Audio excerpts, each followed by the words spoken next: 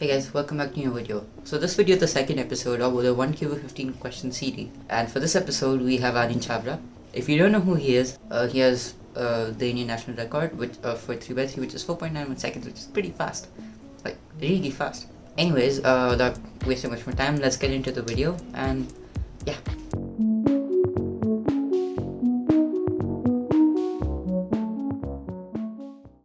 What are your 3 favorite WCA events?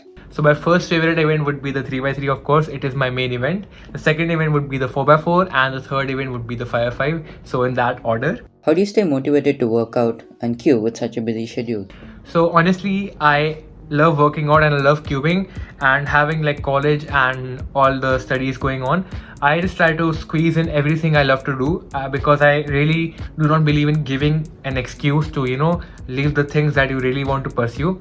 You can give everything at least 1 hour a day. So if you're even studying for like 8 hours a day, you can give at least 1 hour to your passion and 1 hour to your fitness. How did you start cubing? So I started cubing back in 2015, and I saw my classmates solving one side of the Rubik's Cube, and I got really intrigued by that. So I came back home and asked my dad to get me a cube, and he did get me a cube the same day. So I scrambled it up and I couldn't solve it because I'm not a genius. So I looked up a tutorial on YouTube and learned from there. So yeah. Do you think you'll be breaking any WRs or NRs soon? I feel I'll be breaking at least some national records when the competitions start back again, but world records is something I can't say for sure. If I get really lucky, I might get the world record signal for 3x3, but there are a lot of cubers out there who are already competing, who have started competing and already getting insane results. So the world record might just be broken before even I get the chance to, but let's hope that someday I do get the opportunity to break it. But national records, yeah, I'm pretty positive I'll be able to break a ton of national records when comps start back. Which 3x3 do you recommend to beginners? I would say the RS3M 2020. It's the cheapest, best budget cube out there in my opinion.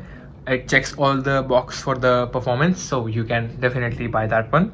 One tip for anyone trying to get faster? One tip for anyone trying to get faster, I would say just try to learn something new every time you get the chance to, because a lot of people do not improve, and they do not improve because they just stop learning new stuff. And apart from that, you should also learn how to self-assess yourself. You should look at your own solves, maybe record them with a different angle, and slow the solves down and see where you're lacking behind. Which cube in your collection do you hate the most? So I don't really hate any cube in my collection. I have a very emotional attachment to all the cubes I have, but I can say one thing, that I have a lot of spare parts from the cubes I have from 2015 and 2016. That is when I started cubing. So I have a lot of spare parts because obviously those cubes are not in use and they're like probably dead. So I don't really have the space to keep them in my home. So I've just shoved them up in a box and just kept them somewhere in my Almira. So yeah, that's probably the only thing that I hate about my cubes, but I don't really hate my cubes as such. So yeah. Who's your cubing idol? Who is your cubing idol? My biggest cubing idol is Felix Zemdex, and there are a lot of cubers I look up in India itself as well, like Vijay Kishore, Kunalok, Akash Rupela, Bhargav, etc. Which event have you not done for the longest time? I don't think I've touched 2x2 since my last competition. So maybe that. Maybe I did it like for a competition, an online competition in between, but I don't think I've touched that cube since then. What moments from cubing history you would like to relive? Definitely the time when I broke my when I got the 4.91 national record. That was probably the most beautiful feeling in the world for me, and if I had the chance to, I would definitely relive that one again. What do you always take along with you to comps apart from cubes? The 11th question is, what do you always take along with you to comps apart from cubes? So I carry a water bottle, something to eat, and obviously I carry a backpack in which I have the cubes and all the other stuff. I also carry hand warmers, which helps me when I'm nervous.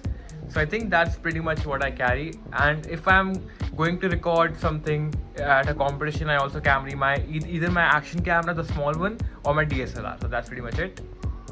What cube do you want in your collection that you currently don't have? I don't really think I want a cube right now that I don't have in my collection. If I had to guess, maybe I would probably get a higher order puzzle, something like a 17 by 17, just because it's cool to have. But I don't really want it right now. I'm pretty satisfied with my collection. If you had the chance, what would you add as a WC event? I would probably add a team event if that's possible. But yeah, I would definitely love seeing a team event where the results are not dependent on one person or maybe like 2 or 3, and it would make things a lot more interesting. What question do beginners frequently ask you? They mostly ask me which cube do I use, or which method do I use, and some of them don't even believe how fast I solve, or maybe like some other cube solve.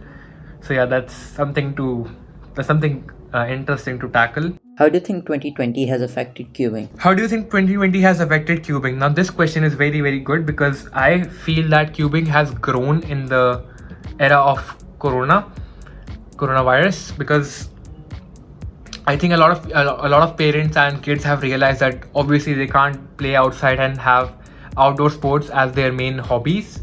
Instead, they've picked something that they can do inside their homes, like cubing, chess, etc.